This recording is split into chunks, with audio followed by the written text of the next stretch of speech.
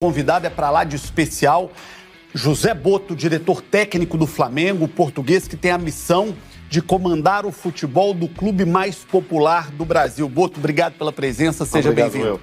Vamos conhecer um pouquinho da trajetória do nosso entrevistado que comandará essa legião, essa nação apaixonada do Flamengo na temporada. Vamos lá. O futebol brasileiro já se acostumou com a presença dos técnicos portugueses. Alguns conquistaram títulos e pelos clubes onde passaram. O Flamengo está nessa lista com Jorge Jesus, que deixou saudades em muitos torcedores depois de conquistar 5 títulos em sua passagem pelo rubro-negro. Entre eles a Libertadores e o Brasileirão de 2019. Agora, o Flamengo conta com a chegada de mais um português, mas dessa vez nos bastidores. José Botto chegou ao clube em dezembro e assumiu o cargo de diretor técnico de futebol, assinando o contrato até o fim de 2026. Botto tem passagens por clubes como Benfica de Portugal, Shakhtar Donetsk da Ucrânia e o PAOK da Grécia. O novo diretor técnico do Flamengo é o convidado do CNN Esportes SA e vai contar o que espera da temporada de 2025 para o clube. Botto, muito obrigado pela presença aqui na CNN. Eu queria começar perguntando sobre a sua impressão inicial do Flamengo e do futebol brasileiro. Seja muito bem-vindo. Obrigado pelo convite. As primeiras impressões são ótimas. O futebol brasileiro já era um futebol que eu conhecia bem através da minha trajetória em clubes que naquela altura compravam muitos jogadores aqui no Brasil. Portanto, é um futebol que eu conheço quase a fundo, mas estar aqui e viver isto por dentro e não por fora como eu fazia é especial. É especial e as primeiras impressões são mesmo muito boas. Do ponto de vista do time, do elenco, qual é o planejamento do Flamengo para a temporada? Qual Flamengo nós teremos no ano de 2025? Bem, a ideia, e não pode ser outra no Flamengo, é um Flamengo que seja dominador, que lute por todas as competições onde entra. O elenco dá-nos essas garantias. Nós não estamos muito ativos no mercado porque a principal preocupação nossa foi manter aqueles jogadores que se adaptam mais ao modelo de jogo do treinador e isso nós temos conseguido e isso dá-nos a tranquilidade de não termos que ser tão ativos no mercado. Como vinha dizendo, com este elenco, com a nossa ambição, temos que entrar em tudo para ganhar, sendo que a prioridade é sempre o Campeonato Brasileiro. O Flamengo se acostumou nos últimos anos a ser um time vencedor. Tem uma história muito vencedora, mas se pegarmos aí da última década para cá, depois de se reorganizar, depois de arrumar a casa, o Flamengo tem sido um time muito vencedor, 2 Libertadores, 2 campeonatos brasileiros, um time muito forte. O que leva a um nível de exigência muito grande e de expectativa muito grande do torcedor.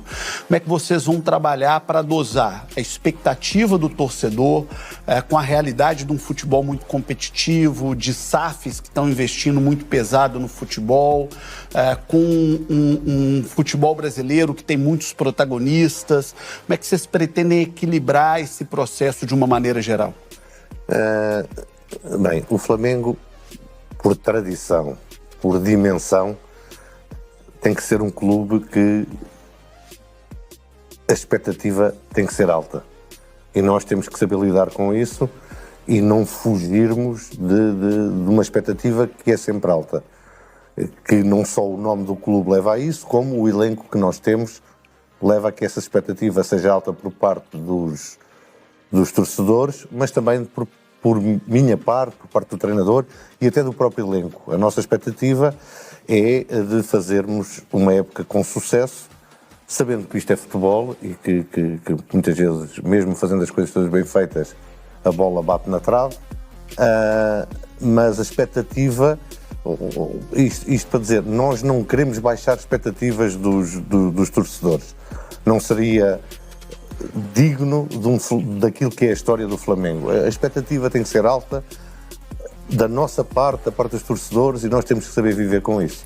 Qual é a situação financeira do Flamengo hoje, Boto? Porque nós estamos aqui há décadas no futebol brasileiro, já vimos o Flamengo numa pindaíba horrorosa, com o salário atrasado, com pagamento atrasado, com dificuldade financeira, e depois vimos um Flamengo muito organizado.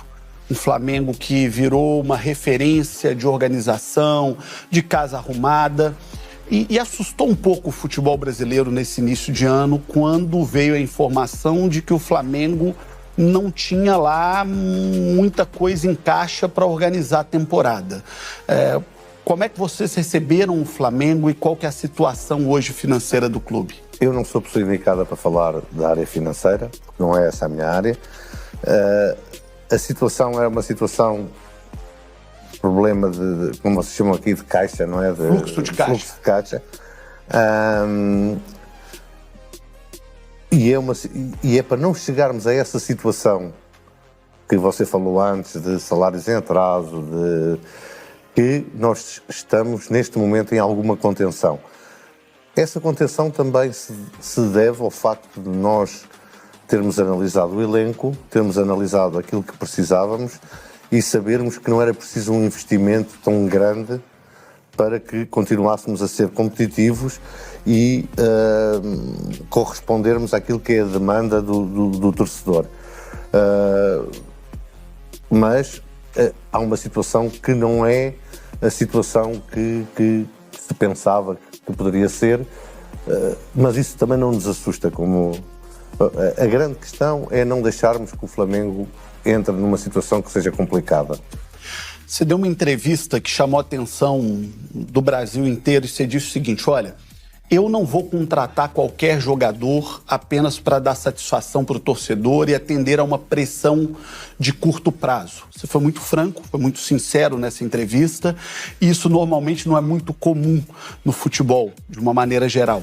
A maioria das vezes o dirigente acaba levado pela pressão da torcida, pela necessidade do aplauso. O dirigente acaba topando uma contratação para acalmar o ambiente. Queria que você falasse um pouquinho sobre isso, sobre esse seu posicionamento. A questão normalmente é colocada assim quando os dirigentes não são profissionais. Eu, como profissional do futebol, dependo dos resultados. E os meus resultados vão ser em dezembro e não agora em janeiro. Há sempre esta questão política de se mostrar serviço no início de temporada para manter os fãs contentes. Essa normalmente não é a postura dos profissionais do futebol. É uma postura mais política, mais virada para os presidentes, ou para vice-presidentes. Eu não tenho essa, nunca tive e fui educado a não ter essa postura, porque muitas vezes cometem-se erros enormes ao querer agradar à torcida, a querer agradar à imprensa, a ganhar um espaço de tempo no início, hipotecando muitas vezes não só questões monetárias, mas também a parte desportiva. E eu acho que também já tive essa frase aqui no Brasil: eu quero ser... Nós na Europa temos muito o campeão da pré-temporada, da pré-temporada, e depois o campeão real. Eu prefiro sempre ser o campeão real do que o campeão da pré-temporada. Ou seja, você quer implementar no Flamengo um pensamento de longo prazo. Mesmo que no princípio passe uma imagem de austeridade que talvez desagrade no íntimo do torcedor, mas você acredita que a longo prazo esse é o melhor caminho para o Flamengo? Eu acho que é o melhor caminho para todos os clubes, porque contratar por contratar para agradar a ideia que eu tenho de muitos anos de experiência na Europa é que todos aqueles clubes que se deixam governar de fora para dentro normalmente não acabam bem. Os clubes são governados dentro e de dentro para fora e nunca de fora para dentro. E aquilo que nós temos é um planejamento que tem metas bem claras e essas metas só podem ser alcançadas em dezembro. Não é? Ninguém é campeão brasileiro em janeiro ou fevereiro, ninguém ganha uma Libertadores em março. Portanto, toda a nossa ideia é numa ideia, isto é uma maratona, de chegarmos frescos à parte final da maratona e podermos ganhar essa maratona e não gastarmos toda a energia agora e depois fazermos o resto da maratona a cair. O Flamengo tem um técnico muito jovem, é um cara hiper vencedor como jogador, como atleta, jogador de seleção brasileira, de Copa do Mundo, de grandes equipes do futebol europeu, mas como treinador é muito jovem. Queria que você nos dissesse da sua impressão inicial desses primeiros dias de trabalho com o Filipe Luiz e qual a sua avaliação do potencial dele até a longo prazo para o futebol brasileiro. O Filipe tem uma característica, para mim, é fundamental para ser um treinador de alto nível, que todos eles que chegaram a esse alto nível têm. É perceber que tudo aquilo que fez no futebol até agora vale muito pouco para aquilo que vai ser agora o futuro dele. Ou seja, isto quer dizer que o facto de ter sido um jogador de alto nível ajuda, como é óbvio, mas não é decisivo. Há muita coisa que há que ser estudada, que há que ser aperfeiçoada e a característica principal dele, para mim, aquilo que me chama mais a atenção, é ele ter isso bem presente nele, ser alguém insaciável naquilo que é o conhecimento, de querer ter conhecimento, de querer beber mais coisas. Isso é uma característica que é comum a todos os treinadores de alto nível. Por isso eu digo que, e eu normalmente não me engano em treinadores, ele vai ser um treinador de top mundial e talvez vá ser o treinador que vai mudar a imagem que a Europa tem do treinador brasileiro. Acho que vai ser ele. Queria muito falar desse assunto com você. Treinador de futebol. Você é português e os técnicos de Portugal estão tomando conta do cenário do Brasil e estão fazendo muito sucesso no mundo todo. Desde o Mourinho, a gente tem uma geração extremamente vencedora, respeitada e com muito bons resultados. Por que o futebol português tem oferecido tantos e bons treinadores para o futebol mundial? O que vocês fizeram de especial por lá? Eu acho que há uma característica nos portugueses,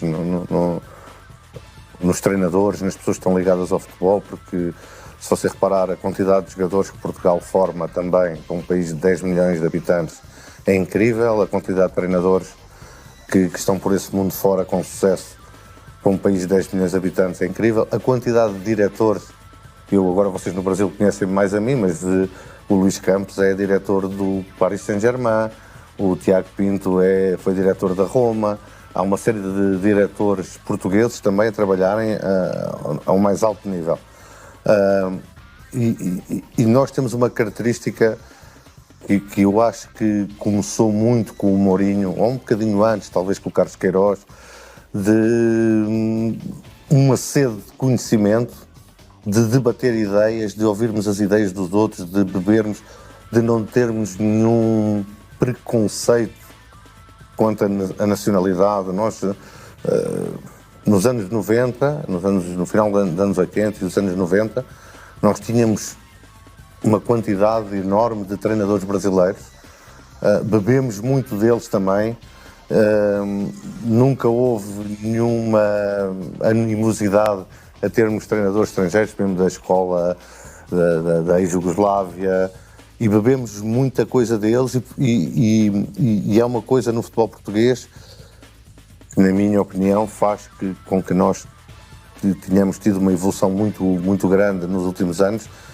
que é um debate de ideias muito grande, e é um debate de ideias, não é um debate de pessoas. Não é eu não gosto do João, o João não gosta de mim, não. Eu tenho uma ideia diferente da do João, o João tem uma ideia diferente, vamos debater, vamos chegar a conclusões, vamos tirar o melhor de uma e o melhor de outra. Esse, para mim, é o grande segredo do crescimento do futebol português e principalmente dos técnicos. É impossível um técnico brasileiro de um time grande cair e alguém não falar do Jorge Jesus, seja no Flamengo ou em qualquer outro clube do Brasil. Eu queria que você falasse um pouquinho da contribuição do Jorge Jesus para o Flamengo, para o futebol brasileiro e para essa abertura de portas para os técnicos do Brasil, para o mercado brasileiro dos técnicos de Portugal. O que o Jorge trouxe para o Flamengo e para o futebol brasileiro foi uma cultura de organização de clube que não me parece que seja muito comum no Brasil. Foi depois dentro do campo há algum rigor tático que eu também não vejo, ou pelo menos não via quando assistia muito a jogos aqui no Brasil. Ele trouxe esse rigor, porque isso é uma das características dele, um rigor fora de campo e um rigor dentro de campo. E isso fez a diferença. Num elenco com muita qualidade, com esse tipo de rigor, tinha tudo para dar certo. Ou para dar errado, porque o jogador às vezes não assimila bem. Eu acho que tem muito do talento dele também de conseguir implementar isso, né? O Jorge, quando entra num clube, tem sempre um impacto muito grande. Há sempre uma resistência inicial, mas ele tem sempre um impacto muito grande e normalmente, sabe, a minha experiência diz-me que os jogadores e os bons, quando percebem que o que estão a fazer, mesmo não sendo muito do agrado, os ajuda a ser melhores, eles compram isso. Você vai ter que trabalhar com esse fantasma, e não digo isso de maneira pejorativa, do mister aqui no Flamengo. Porque todo técnico que passou pelo Flamengo depois dele nunca foi suficientemente bom. Como é que vocês vão trabalhar isso internamente no Flamengo para que o Felipe Luiz tenha condição de fazer um bom trabalho, tenha o apoio, tenha a estrutura suficiente e para que o torcedor tenha paciência para o trabalho dele? Porque todo mundo que passou no Flamengo teve uma dificuldade enorme depois do JJ. É natural, é natural que isso aconteça. Quando há um treinador, não é só o JJ, mas qualquer treinador que tenha um sucesso muito grande, é difícil depois quem vem a seguir. Aquilo que me parece a mim é que já passou tempo suficiente para aparecer um novo JJ. Não que o Filipe tenha que ser o novo JJ, mas eu estou disposto a ajudar e muito e a acabar com a hegemonia dos treinadores portugueses aqui no Brasil através do Filipe. Ô Boto, o primeiro reforço do Flamengo nessa temporada foi o Juninho. E foi algo diferente do que a gente está acostumado a ver no futebol brasileiro, historicamente, mas que agora começa a ficar comum. Um jogador contratado com base num trabalho de scout, de números, de dados, de análise de perfil. E me parece que essa é uma característica muito forte dos profissionais que vêm de Portugal. Como é que você pretende implementar isso no Flamengo e como é que você acredita no impacto positivo disso para o Flamengo e agora para o futebol brasileiro também, dessa análise sistemática do atleta para a contratação? Sabe que normalmente os clubes, quanto mais ricos são, mais descuram o processo de contratação. Vão muito pelo nome, vão muito pelo dinheiro, se é caro é bom, e todos nós sabemos que muitas vezes não é assim. Para mim o fundamental é, nós temos um modelo de jogo que é característica do Filipe, mas que eu penso que é também o ADN do Flamengo, e os jogadores têm que servir esse perfil, porque há muito jogador bom que não serve o perfil que nós queremos para o Flamengo. Não tem nada a ver com a qualidade do jogador, tem a ver com aquilo que ele pode entregar para o modelo de jogo que nós queremos implementar. E, portanto, não é o facto de se gastar 15, 20 milhões num jogador, se esse jogador não encaixa naquilo que é o modelo que nós queremos ou que o treinador tem, é deitar dinheiro fora. Portanto, aquilo que é a minha ideia, e sempre foi, desde os meus tempos de Benfica, é uma análise profunda daquilo que é o nosso modelo de jogo, das necessidades que ele acarreta, de traçar um perfil para cada posição conforme esse modelo de jogo e depois ir na busca desse perfil. Depois, se esse perfil custa 5 milhões e não 10, melhor ainda, não é? Mas todos os jogadores vão ser contratados porque houve uma análise profunda daquilo que necessitávamos em determinada altura, de estar de acordo com aquilo que é o modelo de jogo, muitas vezes de ser o contraste, que as pessoas não percebem isso, de algum jogador que já temos na posição. Eles, não estou a dizer que eles vão resultar, porque no futebol não é uma ciência exata e muitas vezes há outros fatores que têm influência naquilo que é o rendimento do jogador, mas podem esperar que todos os jogadores que são contratados têm uma razão de ser. Uma razão de ser técnico-tática, uma razão de ser de enquadramento no modelo de jogo e também uma razão de ser na parte económica. Mas a gente está falando de uma quebra de paradigma também, né? No futebol brasileiro. É uma mudança de educação do torcedor, do jeito de olhar futebol e do próprio Flamengo. O Flamengo virou o clube das estrelas aí nos últimos 6 a 8 anos. Quando você olha para o elenco do Flamengo, de Arrascaeta, de Gabigol, de Bruno Henrique, de tantos craques, de Davi Luiz, de tantos craques que o Flamengo contratou nos últimos anos, e o torcedor se acostumou um pouco com isso. Vai ter que ter um trabalho aí educacional com o torcedor do Flamengo para uma mudança de concepção também. O trabalho educacional é a bola entrar dentro da baliza, não é? Esse é o grande trabalho educacional. Mas muitos desses jogadores que citou, quando chegaram ao Flamengo, não eram as estrelas que são hoje, não é? O Flamengo também ajuda a criar essas estrelas. As vitórias ajudam a criar essas estrelas. Ninguém nasce estrela. E por outro lado, o que me vale contratar uma estrela se depois o treinador não a usa? Estrela decadente. Né? Exatamente. Ou cadente. Ou cadente. José Botto, o homem do futebol do Flamengo. Daqui a pouquinho eu volto, quero falar com ele sobre seleção brasileira e uma frase muito importante que ele disse, que o futebol brasileiro tem que retomar as suas origens. Daqui a pouquinho eu quero saber sobre isso do José Botto, que é o diretor com o CNN Esportes S.A., conversando com o José Botto, diretor técnico do Flamengo.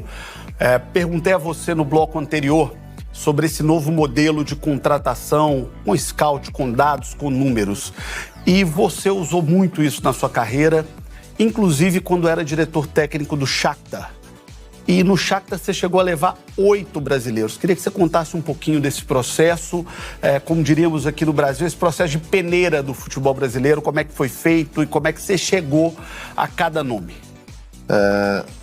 Eu, quando fui para o Shakhtar, havia uma geração de brasileiros no Shakhtar que já estavam a acabar a nível daquilo que é a idade que na Europa se pensa que o jogador tem rendimento. E a minha missão era a renovação do elenco, e como o dono do clube tinha uma paixão enorme pelo jogador brasileiro, sempre foi tradição o jogador brasileiro. Essa paixão levou a que o Shakhtar criasse uma marca, uma brand aqui no Brasil. Ou seja, para nós era fácil chegar aqui a jogadores de sub-20 da seleção brasileira, o que não era, por exemplo, em Portugal ou na França, que os jogadores não estavam para ir para o leste da Europa.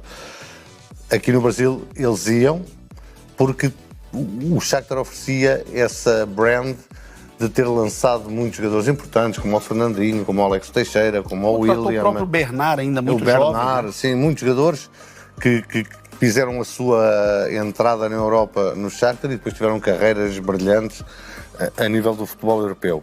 Isso permitia-nos ter uma entrada muito grande naquilo que era os jovens brasileiros. Havia um trabalho que muito dele era feito aqui no Brasil por pessoas que me davam informações sobre os novos talentos a despontar, e a nossa estratégia era sempre vir buscar os jogadores antes que eles se estreassem no profissional. E foi assim que levámos, nesta minha primeira janela de mercado no Shakhtar, levámos cerca de 8 jogadores aqui do Brasil. Alguns deles, não, a maior parte deles, não tinham um minuto na Série A, e passado alguns meses estavam a jogar Champions League. O que me levava sempre a uma pergunta, que era: o que é que um jogador que está no Brasil, que os clubes conhecem, têm-no em casa, não apostam nele, porque talvez pensem que com a idade não estão prontos para jogar, mas estão prontos para jogar Champions League. E quando eu digo Champions League, o Shakhtar naquele tempo ganhou ao Real Madrid, ganhou ao Inter, com esses mesmos jovens que meses antes não tinham minutos aqui na Série A do Brasil. Podemos esperar que o Flamengo, com a sua gestão, com a sua direção de futebol, tenha essa realidade em algum tempo? Daqui a pouquinho está vendo um jogador que não é tão conhecido no mercado brasileiro, mas que o Flamengo buscou porque apostou, porque acreditou naquele jogador jovem com um potencial grande? Não, isso é uma das minhas características, imagens de marca, é o de lançar sempre muitos jovens. Para mim, o futebol não há idades, há qualidade. Não é? O jogador pode ter 30 anos, 35 e ter muita qualidade, mas também pode ter 18, 19 anos e ter muita qualidade. E a minha experiência em clubes como o Benfica, como o Shakhtar, onde nós vinhamos buscar aqui na América do Sul muitos jogadores que eram desconhecidos e depois se tornaram grandes jogadores a nível mundial, o próprio David Luiz, o Di Maria, foram jogadores que quando chegaram ao Benfica eram jogadores perfeitamente desconhecidos, não é? E tiveram essa ascensão na carreira, porque tinham a qualidade e chegaram a clubes onde o treinador não tinha medo de apostar se o jogador tinha 18 ou 19 anos. Isso é algo que tem sido característica nos clubes onde eu tenho passado. Penso que no Flamengo não vai ser diferente também. Eu vou insistir nesse tema. A torcida do Flamengo vai ter paciência? Vai, se eles marcarem golos. Se forem bem. Se os jogadores forem decisivos, vai ter essa paciência. Eu vou dar aqui um exemplo de um jogador que nós levámos para o Shakhtar com 18 anos, sem nunca ter feito nenhum jogo aqui no Brasil, que hoje depois da guerra, voltou aqui para o Brasil, que é o zagueiro Vitão, que está no Internacional. Esse jogador encantou a Europa com 18, 19 anos, nos jogos que fizemos com o Inter, porque o Lukaku não tocava na bola. Ou seja, se alguém está preparado para jogar contra o Lukaku, está preparado para jogar quase contra toda a gente, não é? Depois é óbvio que a pressão da torcida é diferente, se calhar num clube como o Shakhtar para um Benfica, ou depois para um Flamengo, em que as coisas são ampliadas por muito. Mas quando o jogador tem qualidade, quando o jogador performa dentro de campo, depois o torcedor não quer saber se o jogador era conhecido, era desconhecido, se tem 18, se tem 28. Isto é tudo depois uma questão da bola entrar e dos resultados serem bons. O Boto, me chamou a atenção na sua primeira entrevista do Flamengo uma frase muito sincera sobre a necessidade do futebol brasileiro se reconectar à sua tradição de formação de jogadores. Nós, brasileiros, estamos muito incomodados com a dificuldade que a seleção tem tido no cenário nacional nos últimos anos, em Copas do Mundo. Queria que você falasse um pouco sobre isso, com a visão de quem tem muita experiência do futebol, mas que chega muito fresco aqui com o futebol brasileiro, com um olhar descontaminado do nosso dia a dia aqui. O Brasil, eu aprendi a gostar de futebol da maneira que gosto hoje com o Brasil de 82. foi a primeira equipa que me encantou e que eu ficava apaixonado de ver jogar, não é? Esse é o ADN do Brasil. Esse é o ADN do Brasil, não há volta a dar. Querer mudar esse ADN, os resultados têm mostrado que não dão resultado, não é? Eu acho que o Brasil tem que voltar um pouco. E atenção, isto não quer dizer que a modernidade que vem da Europa, em termos de organização, principalmente defensiva, esteja descurada. Não. Essa parte é muito importante. Mas vocês têm que voltar a ter um jogo criativo, a jogadores talentosos, a jogadores decisivos, a jogadores que tocavam na bola e toda a gente tremia, não é? Eu lembro-me disso, do Romário, do Ronaldo, o fenómeno, cada vez que tocavam na bola, os defensores tremiam. Hoje, esse tipo de jogador parece que desapareceu um pouco do panorama brasileiro. E a minha teoria, e já fui criticado por ter essa teoria, já fui apoiado, é que isso tem muito a ver com a importação de métodos de formação de jogadores que vêm da Europa. Ao contrário, na Europa, muitos dos clubes vieram buscar coisas que vocês faziam aqui, se calhar até o faziam sem nunca terem teorizado sobre elas, não é? Mas que faziam aqui e que estão a replicar lá com muito bons resultados. Eu acho que o segredo é voltar naquilo que é o início da formação de jogadores, àquilo que são a essência e os fundamentos do futebol brasileiro e que sempre fizeram a diferença. Como é que você vê a seleção brasileira hoje e a atual geração do Brasil? Pensando numa Copa do Mundo no ano que vem. Aquilo que eu vejo é que falta ao Brasil aqueles jogadores que sempre teve, que são realmente os que fazem a diferença, não é? Aqueles que fazem ganhar jogos. E esse jogador que eu vejo com essas características é o Neymar, que infelizmente tem tido os últimos anos da carreira dele muito marcados por lesões. Eu penso que havendo um jogador como esse, e esse jogador neste momento é o Neymar, as possibilidades da seleção brasileira aumentam muito. Não existindo esse jogador, vai ser uma seleção sempre forte, mas que vai passar algumas dificuldades, como tem passado agora nesta fase de apuramento. Falando um pouquinho da sua experiência, você passou Portugal, história muito grande no Benfica, e é a sua terra, leste europeu, agora no Brasil, Grécia, você rodou no futebol europeu de uma maneira geral. Como é que você vê o futebol brasileiro do campo para fora hoje? É um momento que o Brasil começa a ter clubes como empresa, que o Brasil discute calendário de maneira mais profunda.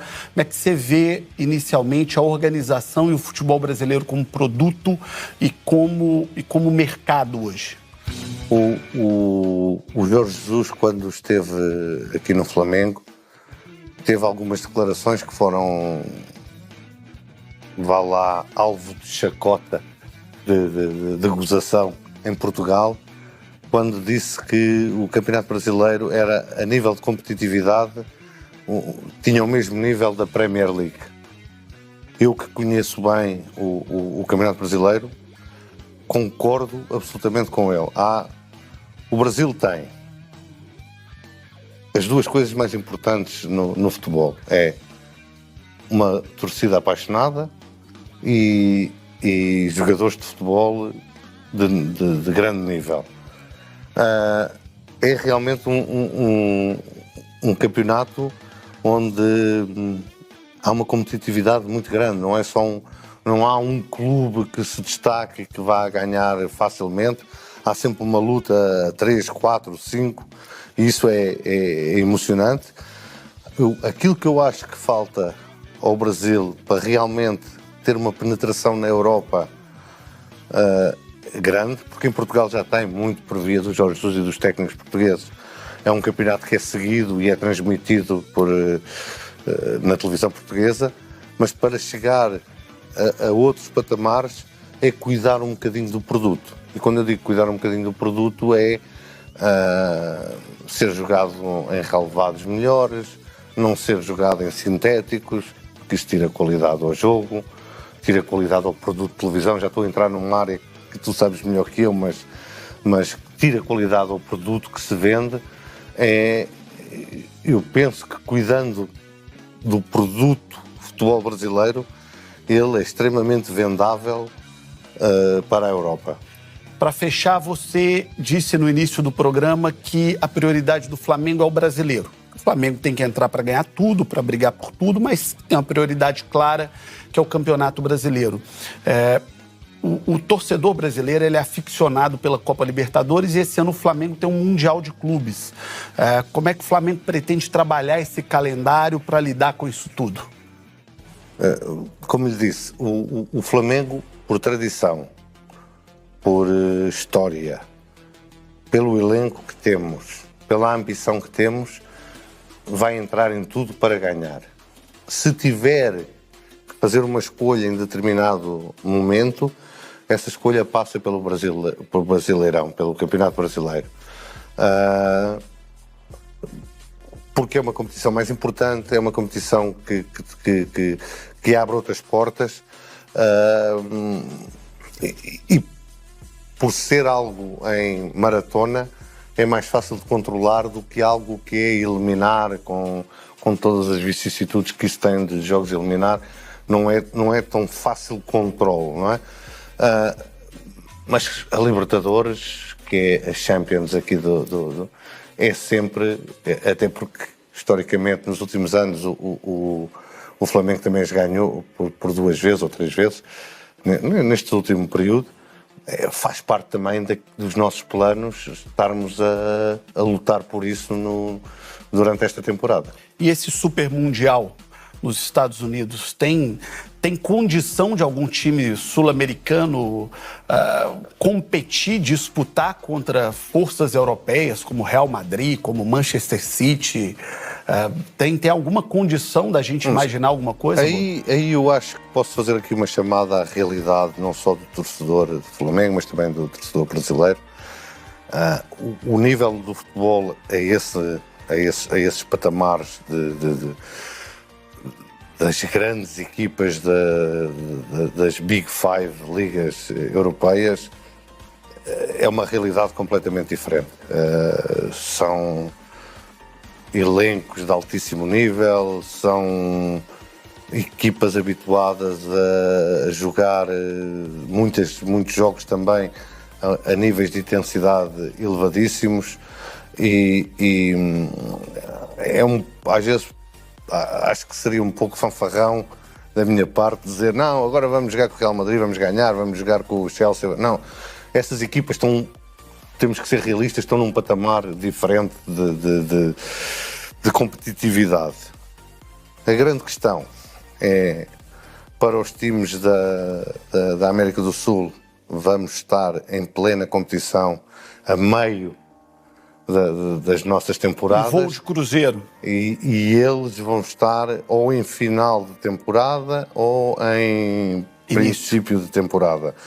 A grande questão que eu me ponho a mim, e sem nunca ter falado com ninguém sobre isso, mas ponho-me a mim, se eu estivesse no lugar desses times europeus, que têm uma decisão muito forte a fazer, que é ou não dão férias aos jogadores e seguem do final da temporada para o Mundial, com todos os riscos que isso acarreta na temporada seguinte, ou dão férias e vêm para o Mundial fazer pré-temporada. Que me parece a mim, sem nenhum insider information, que é isso que eles vão fazer. E aí pode dar uma equilibrada, né? Exatamente. Vão usar o Mundial, o Super Mundial, como uma parte da pré-temporada. E isso vai dar uma equilibrada entre os times da América do Sul e essas potências europeias. Boa sorte para o Flamengo no Mundial e muito obrigado pela entrevista. Obrigado. Prazer te conhecer. Obrigado.